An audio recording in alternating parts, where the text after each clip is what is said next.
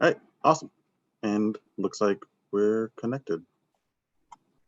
Thank you all for tuning in. We're excited to be back for another Debate to Great live stream. This week, we have Jasmine Stidham. She is a teacher and debate coach at Harvard Westlake School and an assistant debate coach at Dartmouth College. Sorry.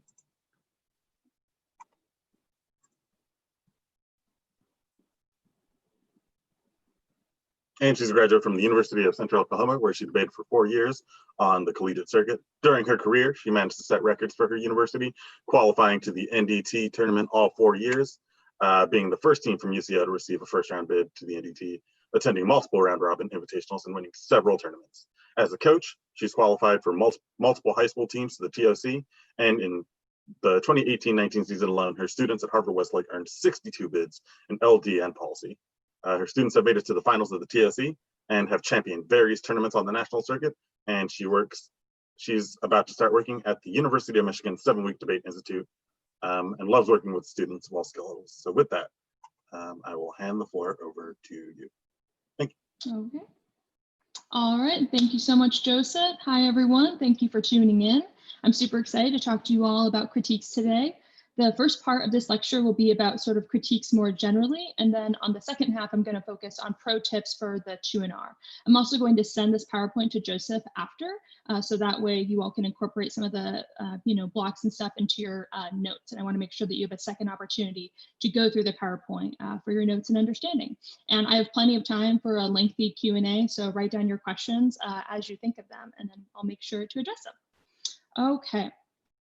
So before I really get into it, I want to briefly explain why it's important for you all to learn how to go for critiques, like if you haven't really, already. I know that when I debated, I was initially pretty scared of critiques because, oh my gosh, there's so many, big words. It just seems so complicated. I didn't really think that I was, cut out for it. And it wasn't until my coaches and my debate partner really pushed me to become a more flexible 2N that I started experimenting with critical arguments. And I'm really glad they did because, wow, I was, missing out on so much. So if you were someone who was once like me and is still on the fence about going for Ks, I think there are several reasons why you should consider it. First is that sometimes AFs don't really seem to link to anything else, especially if it's a new affirmative, right? Sometimes there are also just AFs that literally don't link to any of our core generics on the topic. I've been there a lot, whether I'm, prepping a case snack for one of my teams or when I debated, sometimes I'd be looking at an affirmative and being like, okay, what can I go for? And I'm just like, wow, it doesn't link to any of my DAs. The counterplan that I normally go for does not solve any of these advantages. What do I do? And that's where we have all reliable. We have some sort of critique in our negative arsenal that allows us to have something to say against those, good AFs. The next reason is that flexibility is a tool in your neg arsenal that really makes other teams fear you. It makes you more strategic, right? If someone can, look at, your NDCA wiki or something, or when they ask you what your 2NRs were at a tournament and you say, well, round 1, I went for T, then we went for this disad, oh yeah, and then I went for this K, they're going to start to realize wow, this 2N can really go for anything. Whereas if you totally write Ks off from, something that you can go for, it limits your flexibility. Also, some teams are just really bad at answering them. This is definitely true on the national circuit when you start to see, teams that just don't really know how to answer Ks well. And this, happens on the college side of things as well. Sometimes people are just not very great at answering them, and you start to know kind of who those teams or schools generally are, in which case it makes sense to prep a specific K to go for against them, especially, again, if you don't have a lot of other really specific policy arguments that may apply to their affirmative. The last reason that I have here is that it makes you a lot better at answering them. So shout out to Switch Side Debate here. But I know that when I was also starting out reading critical arguments, I was also not very good at answering them because I just, really didn't understand them. I didn't have any practice really going for them or, digging deep into the literature. But after I started going for critiques and I debated, our win record against critical teams also improved a lot just by virtue of me understanding what these arguments were and how they sort of apply in debates. On the CJR topic, I also think this is a perfect topic for people to start going for critiques because the policy arguments are not amazing, right? Like we all kind of recognize that we need criminal justice reform, like obviously, right? And so that means that some of the policy arguments just, may not be as good as we want them to be. So, but the critique side of things will be really good. There are so many good critiques, no matter, like what your favorite one is, it will definitely apply on this topic. So I think that's sort of another reason why you should start to consider going for critiques on this topic. All right, so there are generally 5 parts of a critique, and I'm going to go through all of these, but there's a general theory of power, there are links, there are impacts, there's an alternative, and generally there's framework or like impact framing, which sort of end up serving the same purpose. And so we're going to break down all of these parts so you can kind of understand the foundations of a critique, because that'll inform how you approach the 2&R. First, theory of power. Each K has one of these things.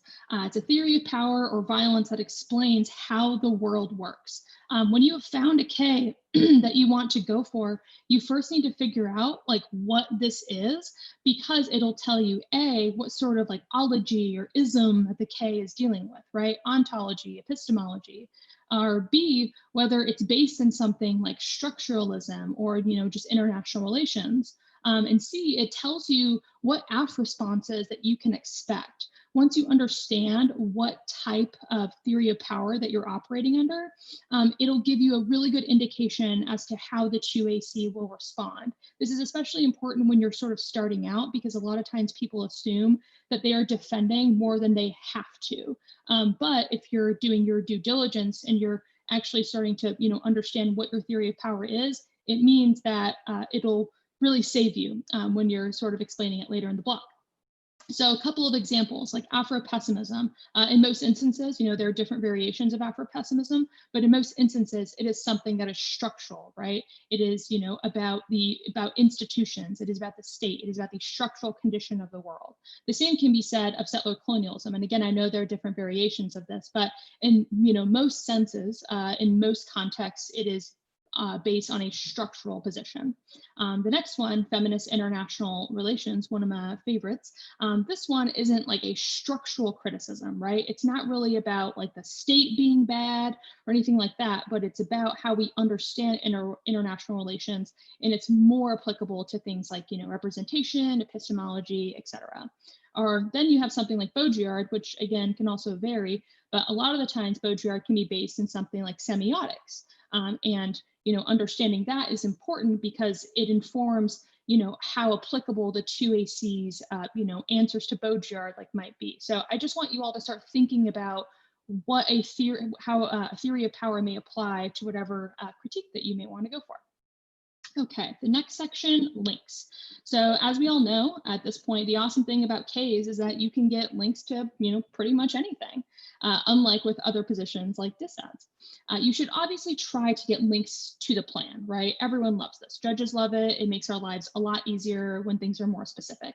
But you can also get links to their advantages, their impacts, their impact framing arguments, etc. Most of the time, it's really hard to get a hyper specific link to like every single plan text that you may come across. So it's really important that you understand what your top level like topic links are, and then you can apply them to whatever AF you're debating. And on the next couple of slides, we're going to walk through how you can do really good specific link work, even if you don't necessarily have a card that is specific to every single affirmative mechanism. Okay. You should treat each link like an independent disad. And good link work generally includes the following. First, having labels for your links. This is really important because sometimes links can start to sound really similar, right? Especially from a judge's perspective.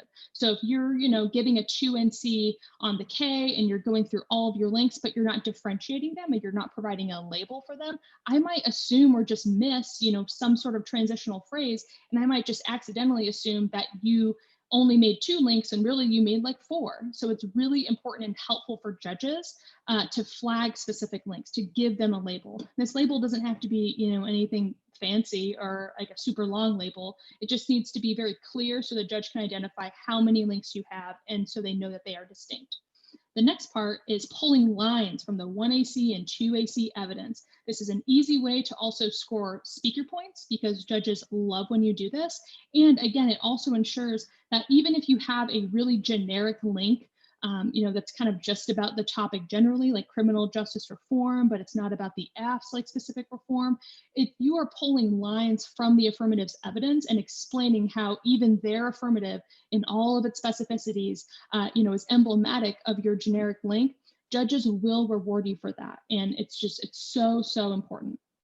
The next part is making turns case arguments. Now, sometimes it might be hard to do this with certain links. Like sometimes maybe the link doesn't just like turn the case, but maybe like, the AF just has like some really problematic rhetoric or something. But in most instances, you should be able to make some turns case arguments. And I'll show you some examples again in a few slides that'll show you how to do that. But this is important because it also allows you to interact with the case without, necessarily going to the case or without having a specific card about the case. And then on the D sub point, each link should have its own impact, right? Every link, because we're treating it like an independent disad, should have an external impact. Like what is the terminal impact of whatever link that you're going for, and making sure that you're flagging that, because again, it makes it seem like you have a lot more offense when maybe you don't, but it creates a really helpful perspective or perception for the judge.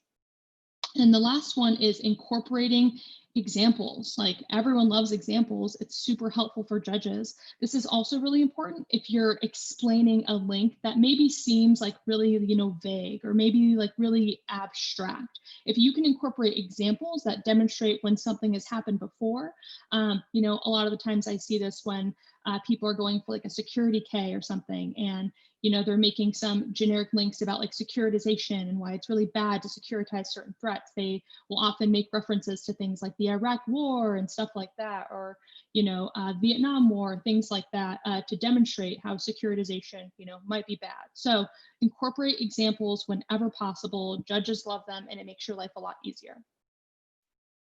Okay, for this first example, and again, I know this is kind of a lot of text, which is why I'm going to make sure that you all get this PowerPoint at the end, but this is an example of a link block that I wrote. I just pulled it from like my file from the senior year college topic about healthcare. So the affirmative had to provide, national health insurance. And so one of our core critiques that we went for was just, sort of like a FemIR criticism. And this link that I have here is about the AF's understanding of economics, and I called it the economic man link. So you see I have a label here, so that's good. We're meeting the first part of doing good link work.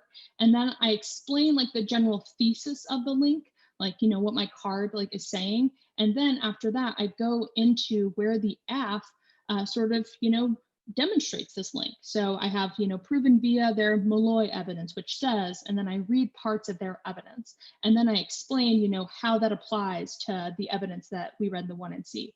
And I do that again with another card that they have read that I think, links. And I also like reference like cross-examination, which is also something that's helpful that judges like when you do that as well. And then at the end, at the very last sentence here, I give an implication for this link, or like an impact, right? I explain what this link means in the broader context of the affirmative. So when I say this renders their theory and predictions of economic false, right? I'm saying something like really meaningful there, because it means that the sort of entire epistemological premise of the affirmative and how they have explained the economic aspect of healthcare cannot be accurate, right? So that really does something strategic for me as well. The next example that I have here is another FemIR link on the college healthcare topic. And this one was a link about bioterrorism, because a lot of teams on that topic had like a bioterrorism scenario and like a disease like impact. And so we had these really good cards about how bioterror like impacts and stuff, are extremely gendered. So I called this link the feminized vulnerability link. And at the top, you can see again, I'm sort of explaining the top level thesis of it, explaining like what the card says, etc. Then I go into reading lines, from their evidence to prove that, yes, they definitely do link to this. And then I explain the impact, right? Like, what is the consequence of using this type of discourse? What happens when we, mobilize this type of rhetoric? And I explain the gendered impacts of that. And then I also reference other parts of their 1AC cards and everything. And then I, again, do that again. And at the very end, I explain what the terminal impact of that discourse, that rhetoric, and those representations is. So I've done all those things. The next one is a more applicable one for you all for arms sales. So I went and pulled up some of the link blocks that myself and my team from Harvard Westlake worked on. So we often went for settler colonialism against like Taiwan affirmatives. And so one of the main links that we went for is this link we call like the bargaining chip. And so here you can see like, again, like the generic link sort of template that we wrote up. And we have like, blank spots in this link block for where we could fill things in based on, whatever evidence that the affirmative actually read in that debate. We also, have a terminal impact as to, why this sort of rhetoric like is bad, what it justifies, what it could potentially lead to, etc. Okay, I have another arms sales one. This one is also relevant to arms sales and settler colonialism. So one of the affirmatives that we kept seeing was, several teams were reading this, but it was basically an affirmative that didn't really reduce arms sales, but it just tried to make them like more accountable. It tried to make them, more legitimate. And so we had this link about how that is, a settler oxymoron. We had this like new duck and yang like card to say that. So here you can see my debater sort of like wrote out like the thesis. She made a note to herself to say, make sure like you pull lines and reference, cross-ex, things like that. And then we explain it. And then at the very end, we explain like what happens when we mobilize this type of rhetoric or these types of justifications for arms sales. And there's, an external impact, which means that arms sales will just continue. We will export them more, and it gives uniqueness to our links. So the general theme that you'll see throughout all of these is that you need to make sure that you are giving an implication for your link arguments. So don't just like explain, hey, the app did this thing, that's pretty bad, moving on. Explain what that means in the broader context of the debate, right? What does that lead to? What does that justify? Because that's often what judges are thinking. Next, so bad link work will lose you the debate. Judges really hate voting on generic link arguments that have no application to the affirmative. It's something that I see all the time, and it's a telltale sign for a losing strategy. Most judges don't really prefer, generic state bad links. If you're reading a position like settler colonialism, Afro-pessimism, etc., you need to have something beyond that. That's typically what judges are longing for. We also really hate it when link work is just like a tagline extension in the block, right? This isn't a politics DA. Critique links require more explanation, especially if it's something that's, relatively complicated, right?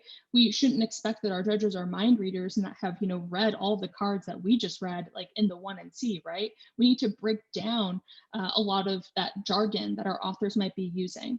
And that's what I have here on the last point, which is make your links sound like a real human wrote them. It doesn't matter if you're reading, something like settler colonialism or Baudrillard, psychoanalysis, etc. Even if your cards use a lot of really big words, you can break those down in a way that is flowable for the judge. And if you don't do that, then we can't really blame the judge for not understanding.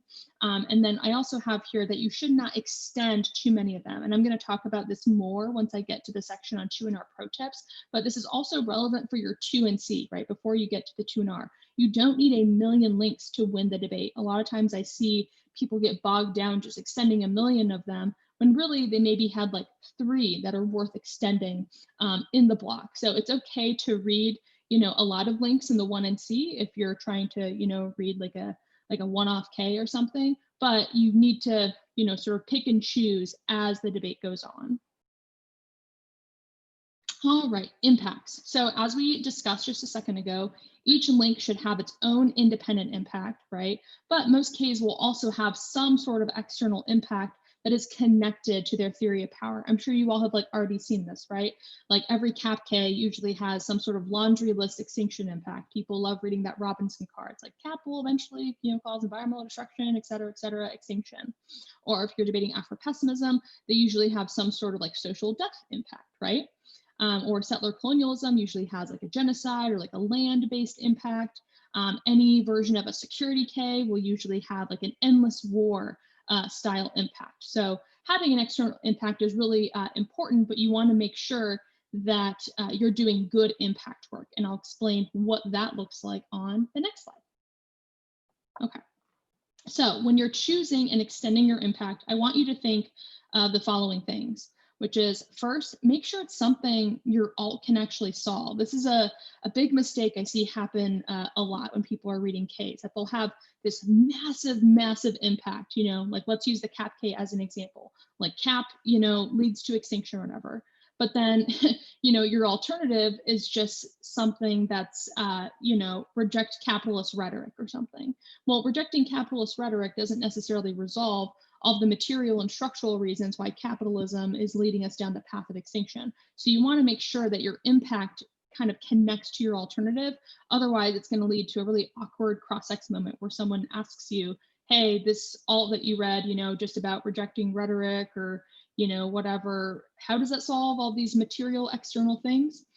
So make sure that you're thinking about that. Next, you want to make sure it's also connected to your link arguments. You want to make sure that you're telling a coherent story. Your links should have a relationship to the external impact. And again, I'll use sort of like the rhetoric material example, is that sometimes people will read, just a bunch of links that are about the 1AC's rhetoric, and like you shouldn't, say those things, or using these types of, discourses is problematic, etc. But then again, they have like some massive external like impact that isn't necessarily, correlated.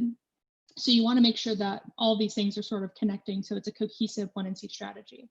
Again, apply it to the app you're debating, just like, you should do that when you're doing good link work. You want to make sure that you're not just vaguely referencing some abstract phenomenon or impact, because oftentimes judges don't know like what that means. I see this happen a lot when people are like, this causes endless violence, or this causes this. And I'm like, where, when, how is this going to happen? Give me something to hang my hat on. So judges really want examples, even when you're doing impact work. And then again, similar to when we're doing good link work, you want to make sure that you're using it to turn the case. It's a lot easier to use your impacts to turn the case most of the time than it is like for some of your individual links. So make sure that you're actually utilizing that, because sometimes it can be hard to generate, offense. But when you're using your impacts to turn the case, judges recognize that, they will reward you for it. And it also means it takes the pressure off of you when you're trying to answer some of the app's advantages, especially in the 2NR, which we'll talk about later. Okay, here's an example. This is, again, from FemIR on the college military presence topic. And here I sort of, have an explanation of, the role of gender violence within international relations and hegemony and things like that. I'm, explaining, what several cards are sort of saying and trying to synthesize that into something. This is kind of like a generic like overview. So I probably, would change this based on the affirmative that I'm debating. So it's more of like a template. And it sort of just, kind of explains what my terminal impact is, which is something that is useful when you're extending a case. So this is an example. It's okay if you don't get through all this right now. Again, you will have this PowerPoint at the end, so you can kind of go through it more to try to understand the purpose. Okay. Now the alternative. When choosing your alternative, you should keep the following in mind. First, does it solve your link arguments? It needs to interact with them, because if you don't have an alternative that solves your link arguments in some way, then it really just means that you've read a bunch of, offense that you have no capacity to resolve. And some teams will definitely catch you on that. So you got to make sure that those things are connected. Next, you want to make sure that your evidence actually advocates for the alternative.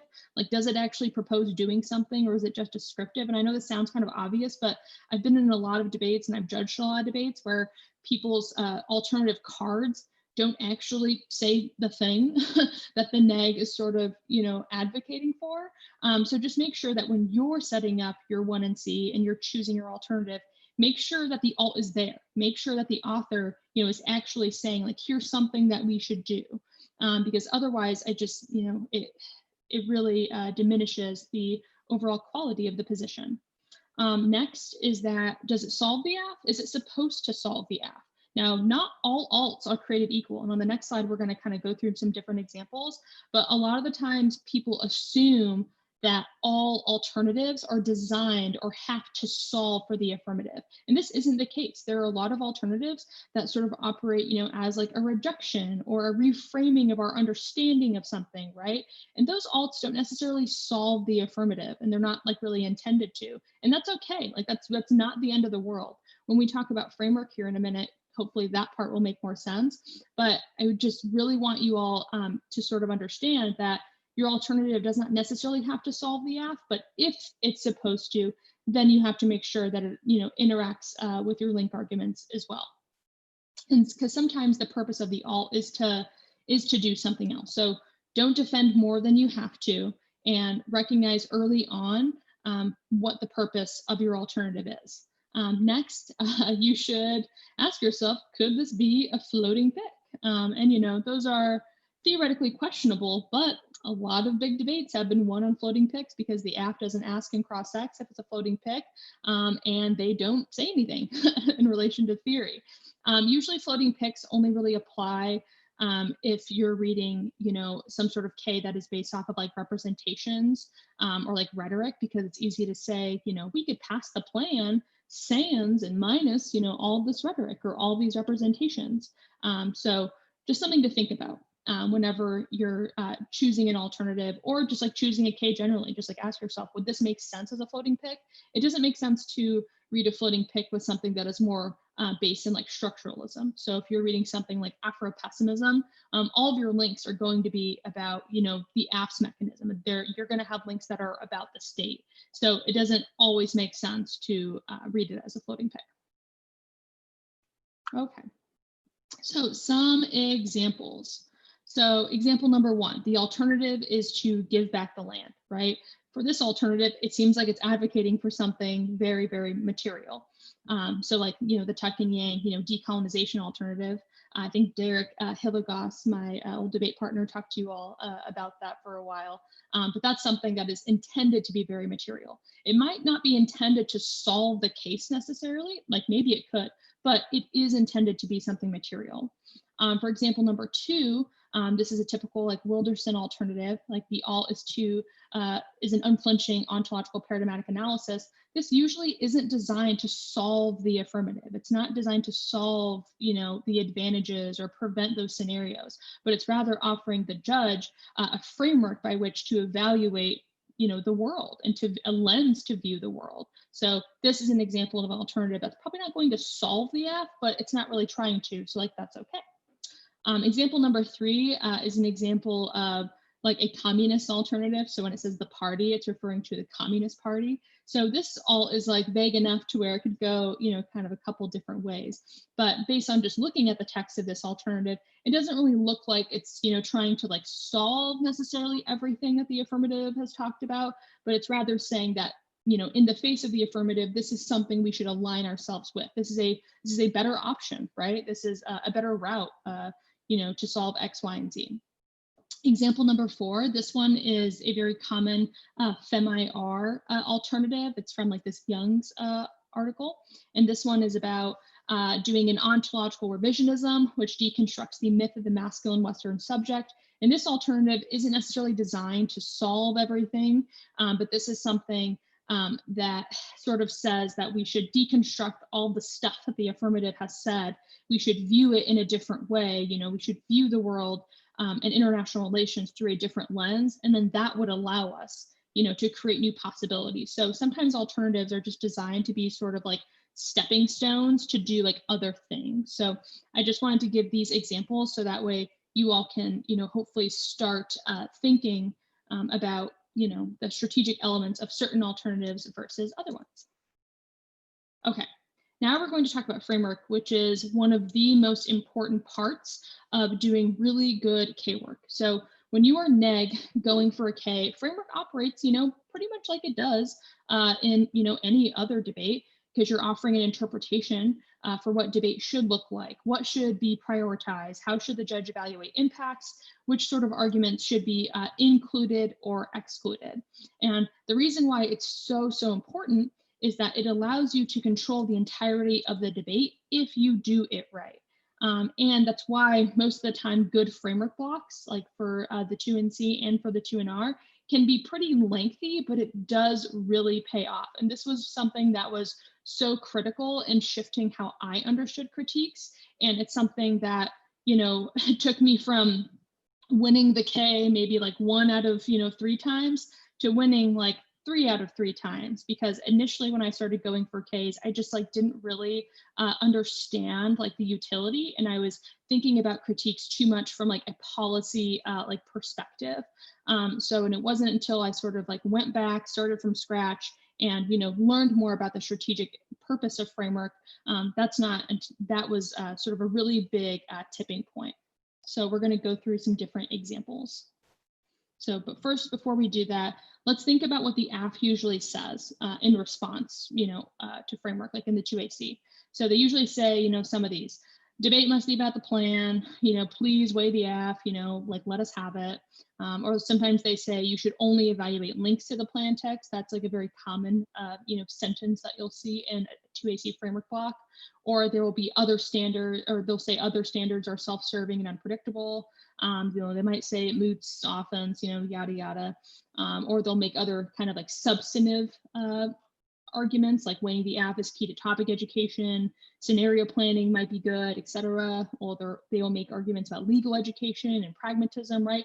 All those things are framework arguments. And there are different parts of framework, right? There are theoretical arguments, like about fairness and predictability, things like that. But then there are also substantive elements of framework, which is, where you see things like topic education, scenario planning, and etc. So I like to think about what the app is usually going to say, because that helps you create the most ideal framework interpretation for whatever K that you are reading. So when you are neg, you want to set up an interp that allows you to A, lower the threshold for a negative ballot, right? And then set a higher threshold for the affirmative ballot, right? Which sounds pretty nice, because it makes it a lot easier for you to win, makes it a lot harder for them to win. You also want to tell the judge like what debate should be about. Tell the judge what matters the most. And earlier I referenced how framework and impact framing can become like very similar arguments by the end of the debate. And this is what I mean, right? Whenever you're making impact framing arguments that say things like, structural violence should matter like the most, or, something similar, that is a type of framework argument. So sometimes those things can kind of, mesh together. Next, you want to tell the judge how to view the AF. And this will become more clear on the next slide when I give you an example. But you want to challenge the AF's, sort of assumption, or, the AF's vision for what debate is. The AF always says the debate is just about the plan text. We should evaluate the consequences. When you're going for a critique, you're saying, no. The debate is not just about the plan and its, consequences. It's about something else, and we should view the AF differently. And then next, you want to cheat, but not too much. And again, this will become more clear on the other slides. But you also want to make sure that you're connecting framework with your all and your link arguments. They should all generally be sort of consistent. So if you're reading a framework interpretation that is, sort of about the scholarship of the 1AC, the research that they've done, right? That goes really well with link arguments that are about things like discourse and representations and rhetoric, right? Because they're all kind of getting at the same thing. Okay, here's my personal favorite, and this interpretation is about viewing the 1AC as an object of research. So this is something that I would read in the 2NC in almost like every single debate. And in this case, you'll see the blocks are specific to when we were going for like a FEM-IRK. So the 1AC is an object of research. The role of the negative should be to disprove the various meanings of that object. They should be responsible for the way their knowledge is constructed and used, because that produces the best model for activism and ethics in the context of the topic, which is a unique education and benefit to our interpretation. So I'll break down what that kind of means. Basically, what we're saying is that we should view the AF as like a research project. We shouldn't just view it as like a policy proposal, and we shouldn't just evaluate just the plan text, but we should, view it in its entirety. We should view the AF holistically. And then below, I, clarify, I'm like, look, they get to weigh their AF's research, the reason, why that research is desirable and good, which means it's totally fair. We're not saying that their AF goes away. We're just saying that we should evaluate it a little bit differently. And then the next point, I talk about, the effects of the plan, because one of the most common 2AC framework arguments, both in high school and in college, is that, you have to disprove the effects of the plan. You have to have links that are about the effects of the plan.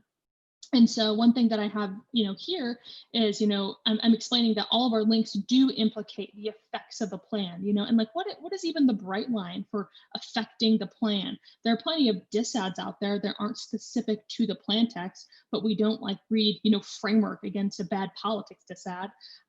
So, it's important to make sure that you're explaining how your links do implicate the plan, even if it does in an unconventional way.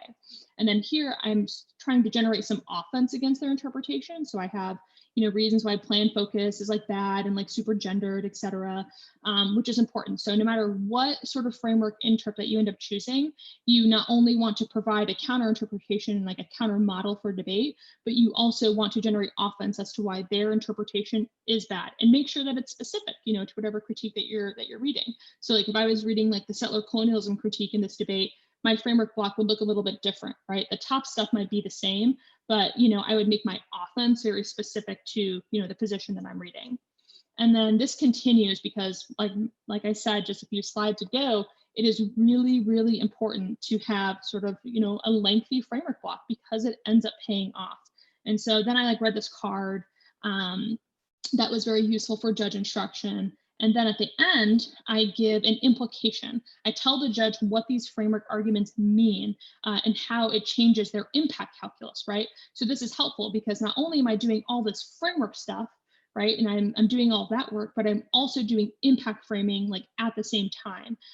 So I'm getting kind of a lot out of doing this, which means that it's saving me time in other places on the flow.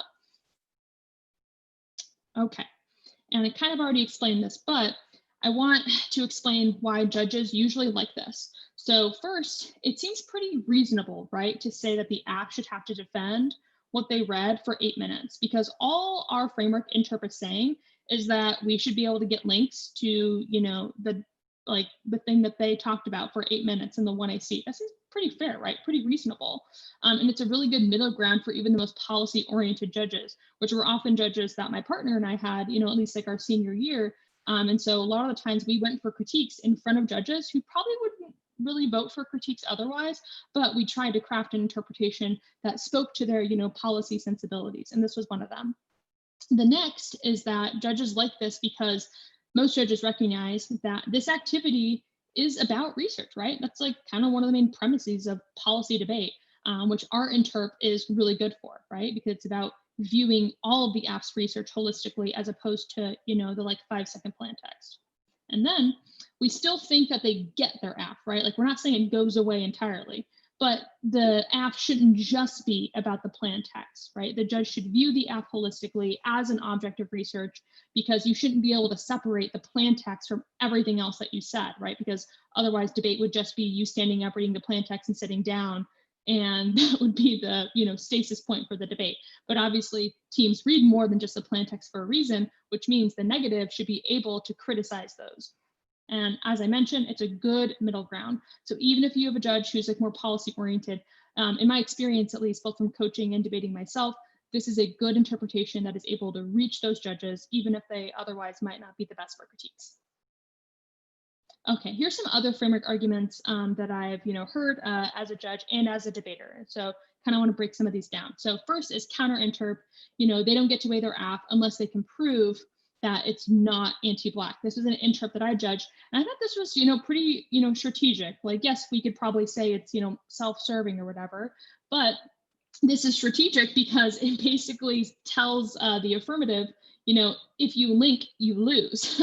Because it's saying, if we find any sort of reason as to why the affirmative in its scholarship or in its effects is anti-Black, then you can't weigh your F at all.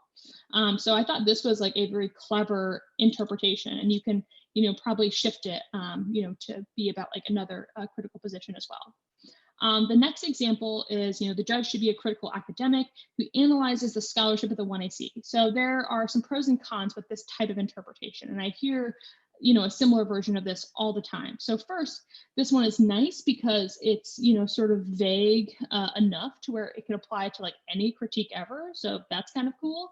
But on the other side of things, it's just not exclusive enough. So you know how like the other side, I said that you wanna cheat, but like not too much.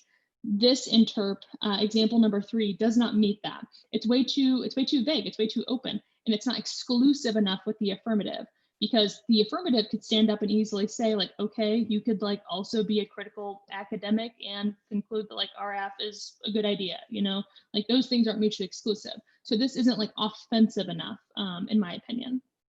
The fourth example is, providing a roll of the ballot to vote for whoever performatively engages in arms control activism. This is something that I heard at camp last year.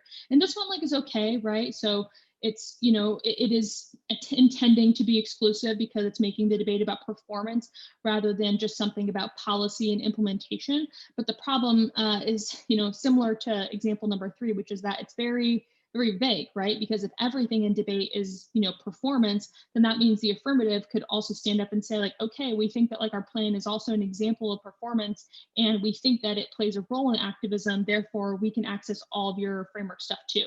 So it kind of falls, kind of links to the same pitfalls in example number 3. But I wanted to show these examples so you can start thinking through, the pros and cons of crafting different types of framework interpretations.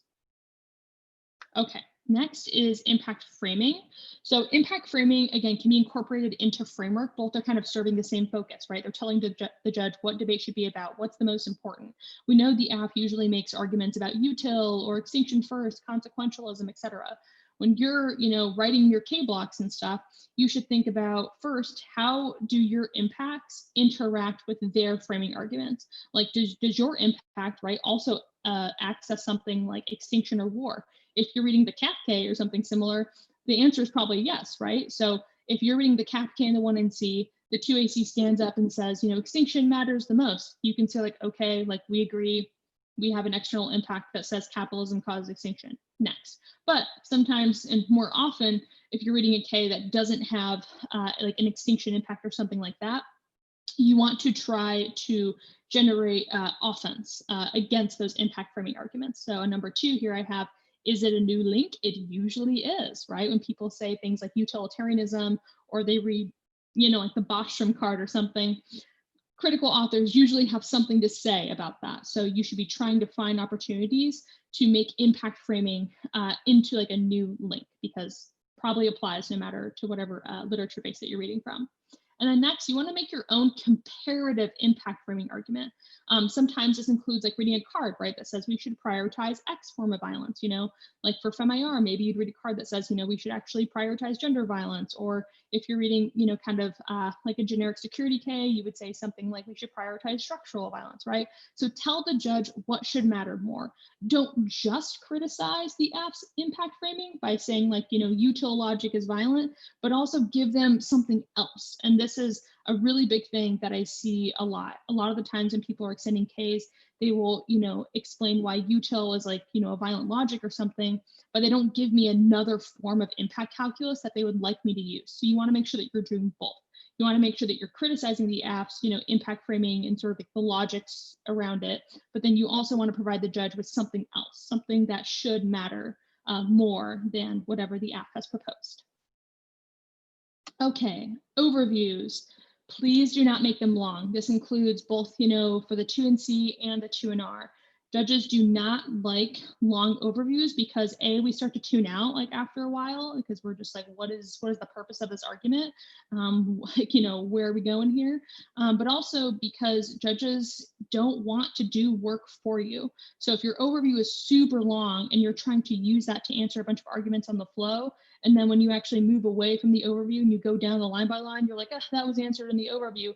Judges typically are not going to line those up for you. I know I certainly don't. I'm usually like, no, like it is not my job to go back to the 3-minute overview to figure out which part of that 3 minutes answered the permutation. So make your overviews short and sweet. Judges pretty much universally like that. Here's some things that should go into a 2NC overview.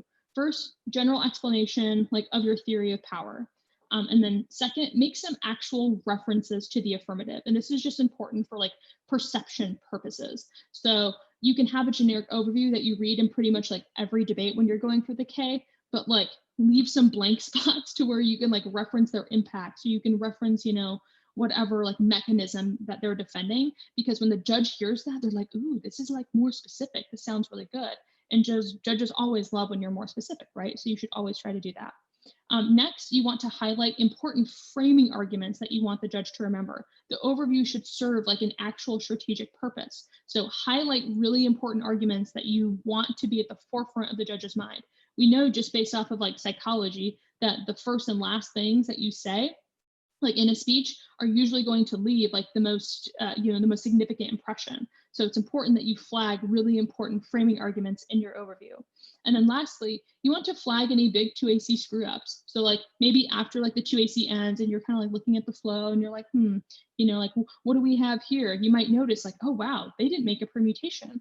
Or like, oh wow, they dropped, this link and this was a really big deal. That's something to include in your overview. That's not something to save for the very last second of your speech. That's something you want at the top because you want the judge to remember that for the rest of your speech. And it's just like a really good flex too, to be like, oh, and oopsies, they forgot to make a perm or something.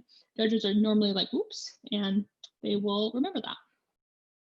Okay, here's an example of an overview from, again, the college healthcare topic when we were going for like the decolonization tuck and yang alternative. Here's like the block that I wrote for that.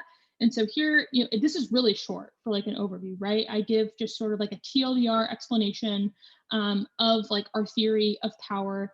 I sort of reference, the affirmative like a little bit when I say that, no amount of healthcare can like do like X. So I'm trying to be specific, even though it's like a pretty generic like overview. But then, I did all the other specific stuff just like on the flow. Okay.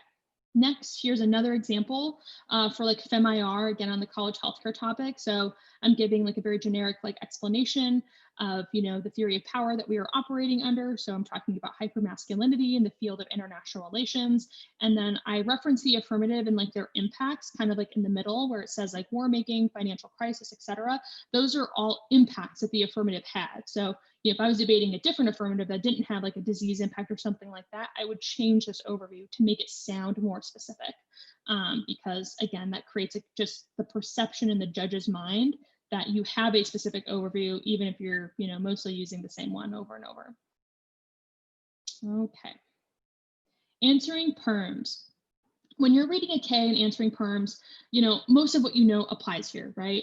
You want to do a few things. One, you want to frame the links as disadds to the permutation. It's the app's burden to prove how the permutation would overcome all of your links. And you want to say that, right?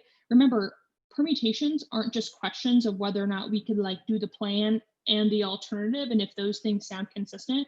Permutations are questions of the links. So you want to make sure that you're emphasizing that, because sometimes judges, can kind of forget, and they might just be like, well, this all sounds kind of consistent like with what the affirmative talked about. So explain why they cannot be combined. And then two, you want to explain why the perm doesn't like make sense. I know this sounds kind of obvious, but like oftentimes it's not intuitive to the people who are like debating. So like, for example, if your alternative is decolonization and you're defending giving back the land, totally dissolving, the entire federal government, well, how would perm do both work with that? So if the app's like, criminal justice reform, the USFG should pass this policy, and at the exact same time, we are going to dissolve the federal government. That makes no sense. So just like use like your logical reasoning skills to point out why it just doesn't make any sense. And then third, you need at least one specific disadd to the permutation. Just in the same way that you should not extend a million links, you don't need a million disadds to the perm. I see this the most often when people are reading just like a one-off K, and sometimes they'll give like the one in R, like the perm. Oftentimes I'm like, this is not useful. It's not a useful way to spend our time. You don't need a million disadds to the perm. You just need like 1 to 2 like really good ones, right? Because your links should be good enough already to where the permutation would not be able to overcome those. So just keep that in mind because it helps with time allocation. Okay, splitting the block. Usually a good K block involves the 2NC taking the K and the 1NR taking case. Some people might disagree with that. That's okay. But I think, if you're debating well, it doesn't matter, how generic, the 1NR, kind of is. The 1NR should consist of the following. First, your casework should be incorporating themes of the K. You should be weaving in critical arguments on each advantage, indicting their evidence, and helping the 2NR as much as you can. Judges absolutely love when you do this, right? And your 2NR, like, well, your 2N will thank you for that as well, because it kind of takes the pressure off of them. Next, don't double turn yourself. I see this happen more often than I would like, but don't extend, something like the appeasement DA from arms sales right after your 2N just talked about structural violence and, developing ethical subjectivity and things like that. This is also important for selecting the types of impact defense cards that you want to read. So a good example of this is like if I'm reading a FemIR critique, and I'm reading some link arguments about how the app's, mainstream understanding of economics is like really gendered. But then on the case page, we're reading just like a bunch of really generic econ defense cards. Those probably link, right? Because they're operating under the same version of mainstream economics that my authors have just criticized. So you want to make sure that you're selecting cards that are consistent enough with your K, so that way the app can't like call you out for that. Otherwise it leads to a really awkward moment, and I've witnessed some of those a few times. Okay, floating pics, kind of already talked about this, but yes, I think you should try to go or to make a floating pic, as long as, again, it's like the right kind of K. So if you're reading any sort of K that is about sort of like discourse, representations, rhetoric, things like that, floating pics make a lot more sense. And just make sure, again, it solves your links, and try to make one in the block. And if the app doesn't catch it, then it's GG. Like even the most policy judges, like the judges who really don't like Ks, understand what a floating pic is, and they understand that it's the app's job to catch it. So if the app doesn't ask you in cross-X of the 1 and see like, hey, is this a floating pic? Then I would say try to make one, as long as it makes sense, because a lot of the times they won't catch it, and it gives you a really easy 2NR option. Okay, now we're gonna finally get into 2NR pro tips. Sorry, that took a little while. All right, so if you've never gone for a K before, I highly recommend writing out 2NR blocks just for practice. You should think of these as templates, because they will obviously change based on who you're debating. But I know that like when I first started going for Ks, I struggled with, figuring out how much from the 2NC needs to be in my 2NR. Do I need to like re-give, the like all the link stuff? Do I need to just like reread the alt block? And that is just sort of like a recipe for disaster. So writing out templates that are extensions of a lot of your 2NC arguments will help you so much. And eventually you won't be as reliant upon them, because you'll internalize all of those arguments. So this is especially true for anyone who's starting out, or if you're just like trying to get better at being efficient in your 2NR, because the more efficient that you are on the K, that means that you have more time to spend on the case page, which is really important. I think you can write blocks or templates for like the following, parts of a K. The first is framework, and then generic links, an alternative extension, and impact framing. And I, say those are things that you can generally, write templates for, because the same thesis applies in most debates, right? Like your framework block isn't going to change that much from debate to debate. Your alt extension won't change that much, from debate to debate. So it's okay to write templates for the 2NR that you can then just edit on the fly when you're doing 2NR prep for like a specific debate. And that's something that I have my kids do. It's something that I did, and it really saves a ton of time and allows you to focus on other parts of the debate that are really important. Okay, the next is prioritizing framework. We've already kind of talked about this, but this is a make or break thing. Prioritizing framework is strategic and effective because it lowers the threshold for how much offense you have to win. You control how the judge views the debate, and it makes the app matter less. Even if the app is way ahead on case, if you're ahead on framework, that can make case irrelevant, right?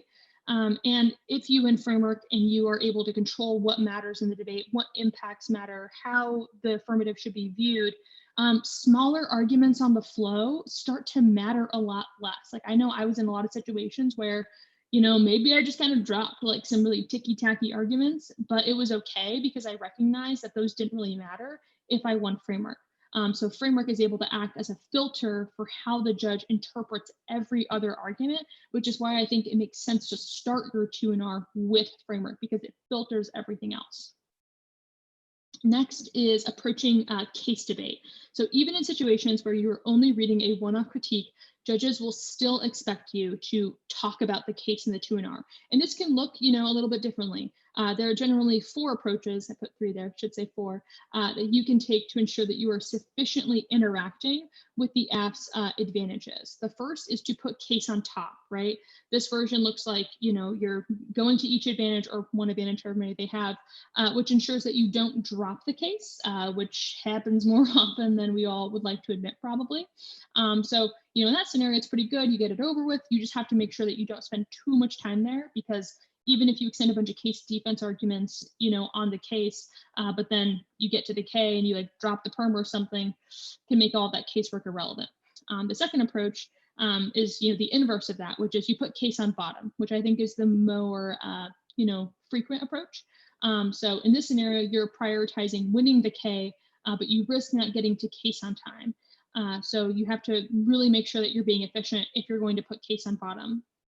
The third is that you don't go to case, but you're referencing it on the K page. So in this scenario, you're probably doing a lot of embedded clash, which is mostly fine, but you sometimes risk making the debate too messy. And this is really important in like really close debates where, judges have to think about a lot. And if you're relying upon the judge sort of like reading in between the lines or like reading your mind on what something meant on the K page, and you're like, the judge is totally going to understand this answers this part of the case, I would say you probably shouldn't assume that much. So if you're going to take the third route, just make sure that you're being incredibly specific and intentional in your judge instruction. The fourth is that you kind of take a hybrid approach. So you go to the case pages in the 2&R, and you're also sort of referencing it on the K page as you're going through certain arguments. Again, it's a permutation of some of the above options, and it's the most advanced approach. So one of the ways that you can do this and put this into practice is that, like at the top of your 2&R, include a lot of even if statements.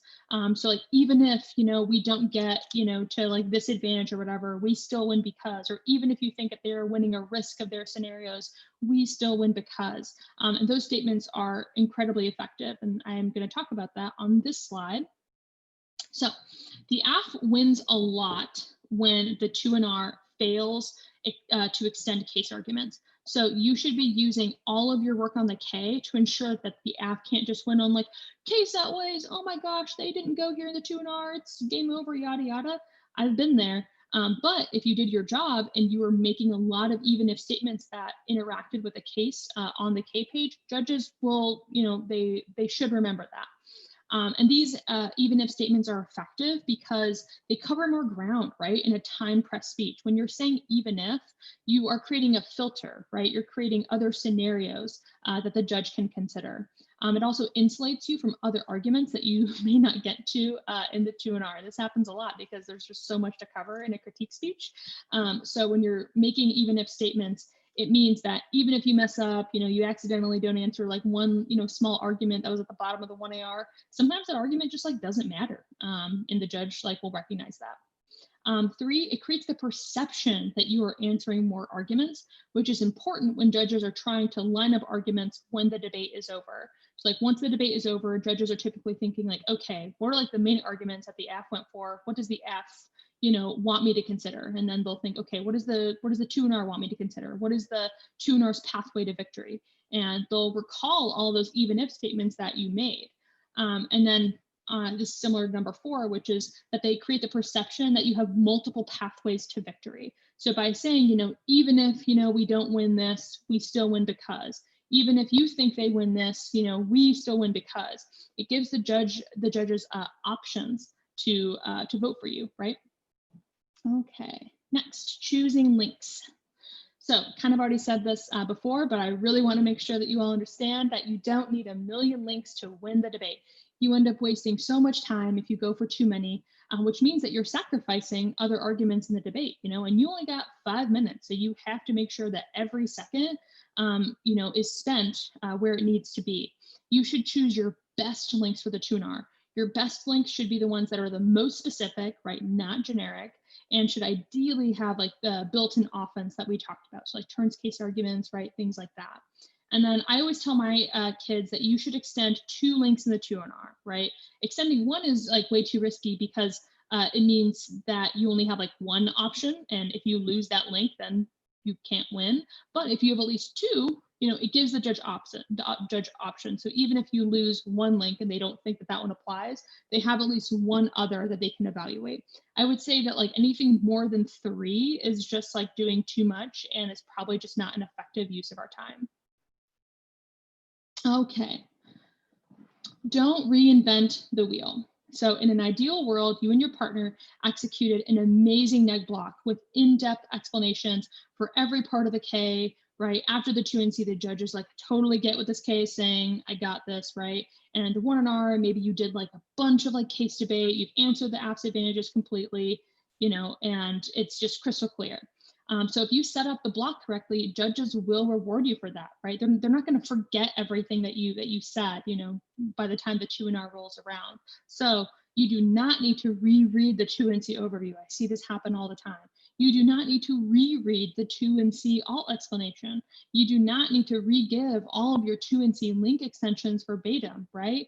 And so this is why creating templates is just so important and effective, especially as you're trying to get better at going for Ks in the 2NR.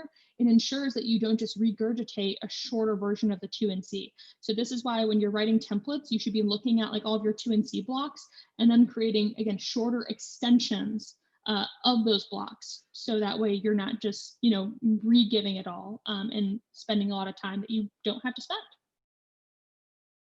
And then the last one is identify the likely 2AR. So this is something you should be doing before the 2NR as well, but it's really important that you don't solely focus on what you think that you're winning, but also on what you think the AF is winning. So after the 1AR, it usually becomes kind of clear which arguments the AF is likely to go for. So like, maybe they spent a lot of time on the perm, or maybe they just spent a ton of time, talking about why extinction is like the most important thing, right? That tells you where to spend your time in the 2NR, right? Because it tells you what the 2AR's path to victory, looks like. So before the 2NR, identify those with your partner, because it again will tell you how you should allocate your time. So like, for example, on the college healthcare topic, the AF provided, healthcare to like millions of people. So most of the time in response to Ks, one of the main 2AR strategies was just to explain how the AF is a big link turn, right? And why providing healthcare is like really good. So I made sure that I had a very specific 2NR block that was like, look, the 2AR is going to stand up and say, how awesome they are for like providing healthcare, like to X group of people. That doesn't matter. That doesn't, that's not responsive to our links for X, Y, and Z reasons. Like on arms sales, a similar strategy occurred where you would read a K and then the, 2AR would, kind of say like, we reduce arms sales, we take away weapons, like negative state action. So I made sure that my kids had a block that was like, look, the 2AR is going to stand up. They're going to say that they are a negative state action, which means that they don't link. Here's why you're not going to buy that. So preempting those things is really helpful. So like, for example, if the 1AR spends a lot of time extending the permutation, how might that change how we prep our 2NR? It probably means that you need to make sure that you're extending at least one specific disadvantage of the permutation, and you need to make sure that you're explicitly flagging why the links that you're going for mean that the plan and the alternative cannot be combined, right? Or if the 1AR spent a lot of time explaining why extinction, comes first, how might that change how we prep our 2NR? Maybe that means, you need to spend more time on framework, or you need to spend more time explaining why your impacts, come first. But it's important to sort of take a meta approach to the 2NR prep before it starts. Okay, that is the end. And now I'm open for cross-ex and questions.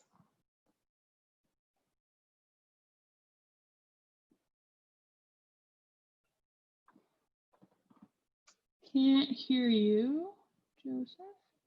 Oh, sorry about that. There we go. I had a hardware mute. Cool. Thank you so much. As you were talking and presenting, some of the folks had different questions. So I'll sort of try to figure out a way to go through them. But thank you again so much for covering all the topics. I'll start from the bottom up. A couple of folks need some clarification. What is a floating pic and how does that sort of operate with Ks? Gotcha. Okay. So floating PIC stands for it's floating plan inclusive critique. So similar to like when you read, maybe like a word pic or something in a debate, a floating pic is similar. It just becomes, it's just not as obvious. So the reason why we call it floating is because it's not something that is, really explained until later portions in the debate. Otherwise, we would just call it a pic. So usually it looks like, the 1 and C reads a K and maybe they have a link that's just like extinction rhetoric is like really bad, and violent. And then the 2 and C, I might say, and I would explain my extinction link. Then I would say, and, we can pass, criminal justice reform and stuff without extinction rhetoric. I've just made a floating pic. So it's sneaky, right? It's floating.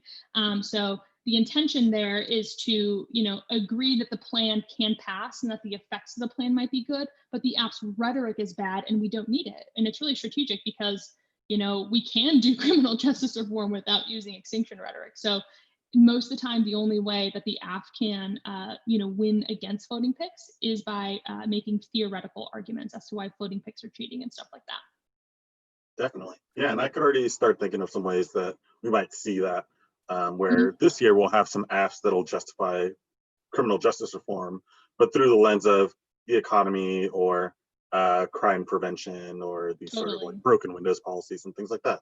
So they might have good policies that reduce policing, but are for bad reasons. So yeah, thanks for clarifying. So I guess I'll move back to sort of the start of the presentation.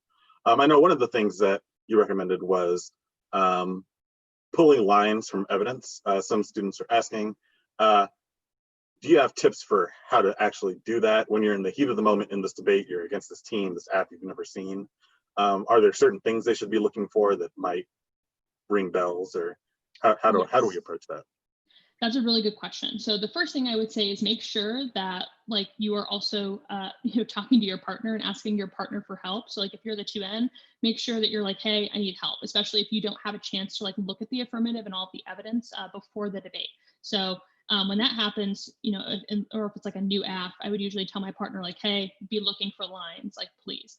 Most of the time, I would say it's strategic to go to the impact evidence, right? Because most of like your links, most of the time will concern like a lot of the impacts. So going to those cards that the app is reading and trying to pull lines there is like a pretty easy, way. If your links like about discourse or rhetoric are like very specific to like certain phrases, right?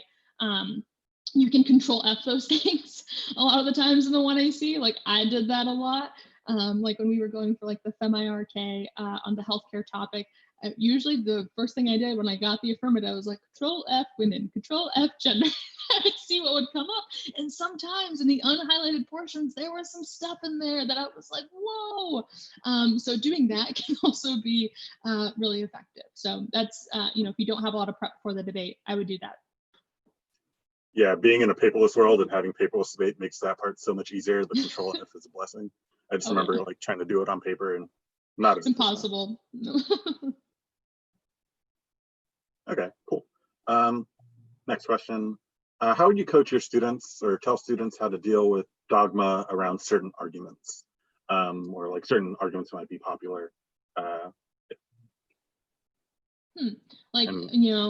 assuming that this question is maybe like, maybe there are people like in your circle who think Ks are like really bad or something and like aren't like good. Maybe. Is that? I think that's what they're getting at. Okay, gotcha. If that's the intent of the question, and feel free to clarify in the chat if this isn't. But I mean, I would just, I'm trying to think. I don't know. Like oftentimes I would, approach that conversation by just being like, have you ever like read one? Have you ever like read the literature? A lot of the times when people sort of like diss on Ks, it's mostly because they just actually haven't engaged the literature. That is certainly true for me. When I got into college debate, I came from a very like rural circuit in North Idaho. So Ks were not my thing. I did not understand them. And so like my freshman year of college debate, I was just like such a butthead. I was just like, oh, these are stupid. People care about like their feelings too much. I was so ridiculous. And then I like took a step back. I, recognized that maybe I'm wrong. And I like read a book and, read some cards and articles, and I was like, wow, I've really been missing out. So sometimes all it takes is, kind of inviting people to that conversation and also letting them know that their bias is probably just stemming from a lack of knowledge. So their opinion, isn't really formulated very well. Awesome. And I think this next question sort of ties into that, sort of being able to get that knowledge. Have you ever, what's the biggest mistake you've seen a high school debater make when they don't do their own research and they're sort of just handed a file? And how would you suggest folks do better? That's a good question. Could give a lot of different answers there. So a lot of the times when that happens, it becomes very clear in cross-ex. So like, kid is given file, given blocks, they read them, they never look up from their screen, and then cross-ex rolls around. Someone's like, hey, what does that mean? They're like, oh. So in that moment, it's, very bad for like perception. Most of the time, when judges like see that happen, we're like, yikes, this is not looking good. So, to prevent that, just make sure that you're reading files like beforehand, like even if you don't have like a ton of time, just like, getting through it as much as you can. That's kind of like the only way, honestly, that you're going to prevent yourself from getting into one of those moments. I've also, seen, other things where people have been given files that were written with a certain identity or subject position in mind. And sometimes they say things that maybe they should not be saying. And they did not screen the blocks or the evidence in that regard. So please make sure that you're doing that. And if you're like a varsity member who's trying to help out a novice and you're trying to throw them a file, please tell them. Please make sure that they don't say certain things that they're not supposed to say. Oftentimes these are like learning moments for people. We all make mistakes. I've been there, but sometimes it can feel really bad, like when you're a young debater and you are just reading blocks, but no one told you like, hey, by the way, you can't like say that thing. So that's my advice there. Always want to catch yourself before. So many times your partner might just hand you a card and then, oops, that was from the other side of the debate. Cool. So a question that some folks had about the alternatives. Would you recommend students get creative with their alternatives, sort of make up their own? Or is it safer to go with ones that judges might be familiar with and like sort of have a shorthand understanding of?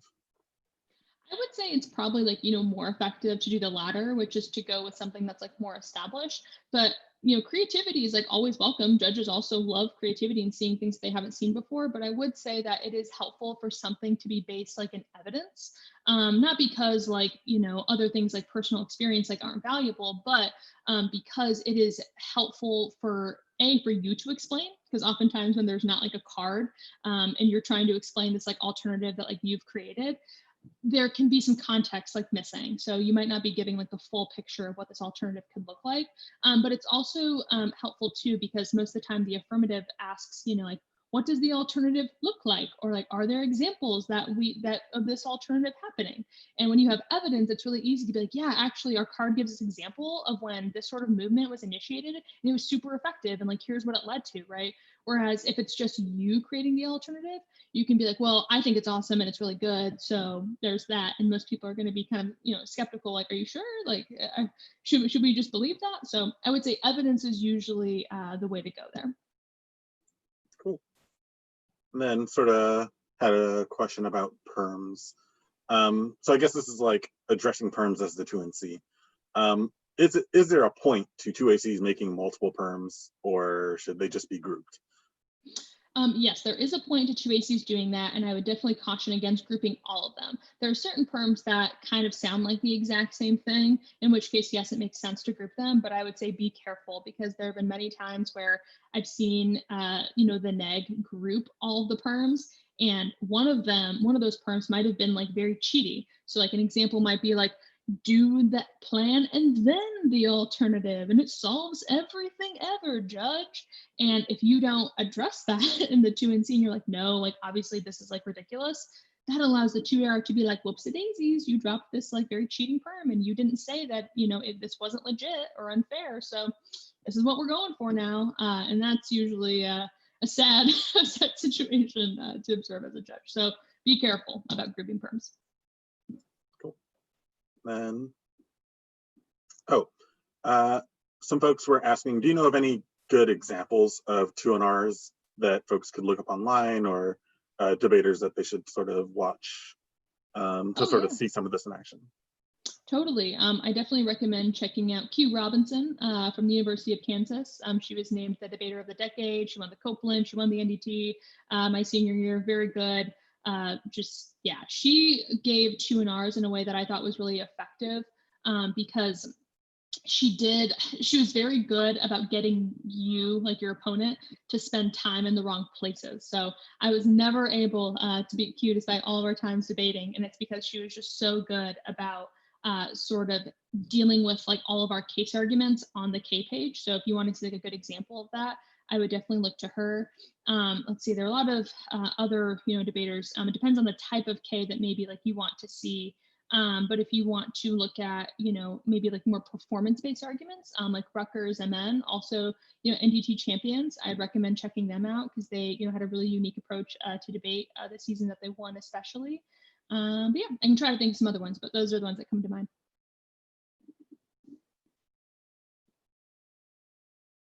Oh, can't hear you. Can't hear you, Joseph. Thank you. There you go. So the next question was about sort of the beginning of your presentation when you mentioned theories of power. Is there a certain theory of power that beats other theories of power? Is there a pyramid, or is it just how you debate it? That's a really good question. And yeah, there probably is, and I'm certainly not like an expert, in kind of creating like the pyramid there. But yes, like there definitely can be. So like there are a lot of people, who say that like ontology precedes everything. So if someone is reading like an ontological, criticism, that is something that can maybe like be viewed as like a trump card for like other ologies or things like that, right? So yeah, that can definitely make a difference. And also, yeah, just like it kind of depends like on, what the affirmative is versus like what the K is. But I would say, yeah, ontology typically can, be like one of those trump cards that can be like at the top of the hierarchy, I guess. And then the general rule of thumb is that the more catch-all or the more sort of like broad that the theory is, typically then it would go towards the top of this imaginary pyramid that I'm creating right now in my mind. Awesome. And then, are there any Ks that you believe are going to be popular this year? Yes. That students should definitely like. What should be the like top 3 things that they got to block out, I guess? Totally. Okay. So yes, as I kind of mentioned, I think everyone should be going for Ks like more often than they normally would on this topic because they're just so good. And the reason why is because the idea of criminal justice intersects with like every critical literature base. So it doesn't matter if it's Afro-pessimism, settler colonialism, feminism, different strains of queer theory, ableism, etc. Someone in that literature base has talked about criminal justice reform. So you're going to have no problem finding links to all of those things. I would say that Afro-pessimism is probably the most popular and like different variations of Afro-pessimism because the cards are just so good. The literature is just so prolific and it's timely. Like Wilderson recently just came out with a new book in 2020, sitting on my bookshelf, haven't read it yet, but it also talks about criminal justice reform in certain parts of it. So there's so much. I would say like you could, think of like whatever K that like you're the most interested, like, I kind of want to see if settler colonialism, works for me this year. Like, yes, there are links to that. Camps will be putting out those files too, so you can like, kind of go use those cards as well. But yeah, every K will be popular at some point. Awesome. Then we have another question about perms. What perms are considered cheating? What makes a perm cheaty or a little sketch? So generally the only perm that like isn't cheating is perm do both because, right, it's testing mutual exclusivity in the most basic sense, right? Because perms are designed to be tests of competition. So when I say permutation, I am saying these things can happen at the same time. You haven't identified a reason as to why they can't. Certain permutations can be either intrinsic or severance. And so when a permutation is severance, it means that the app is trying to sever out of something in their affirmative. So for example, if I'm reading a 1AC that has a bunch of, problematic like reps or something, right? Like I've said a lot of like problematic, things. And the neg is like, we will critique that. That is bad. You should lose. And if I said perm, just get rid of all my rhetoric, forget that happened, and just like vote for our plan anyways. The neg should say that permutation is severance, judge, because they tried to, kick out and sever all the things that we have criticized, and that's unfair. Intrinsic permutations are kind of the opposite. It's about adding new things. So if I say, permutation, let's do the plan, maybe like, and then the alternative, that can be viewed as like adding an element of time. So I'm saying, we're doing the plan, then we're going to like do this afterwards. So most permutations, except perm do both, are probably some version of cheating. So it's definitely important to call those out. I would say be careful when you're making theory arguments on permutations. If you're making other framework arguments about like fairness is like not something that we should care about. So if you're talking about like fairness is like not a way we should view the debate, structural unfairness and stuff, but then you get down to the perms and you're like, and these perms are really unfair, judge. Usually the judge is thinking, I thought we didn't care about fairness. So you kind of want to make sure that you're consistent there. Awesome. Thanks so much for your time. As we said earlier, if you're interested in the presentations, we will post a link later and we'll send them out so you all have access to that, sort of look a little bit closer. But thank you again, Jasmine, for being here. And I have one last quick announcement for folks. If you have not yet registered for a camp, Lambdal has partnered with Bottle, Swoodle, and we've partnered with Bottle and Swoodle. We have an online camp. The link is open to register. So if you're interested in getting ready for the CGR topic and taking some of these awesome lessons that we've learned and applying them to the new year, come on and join us. Right. Thank you all and have a good night.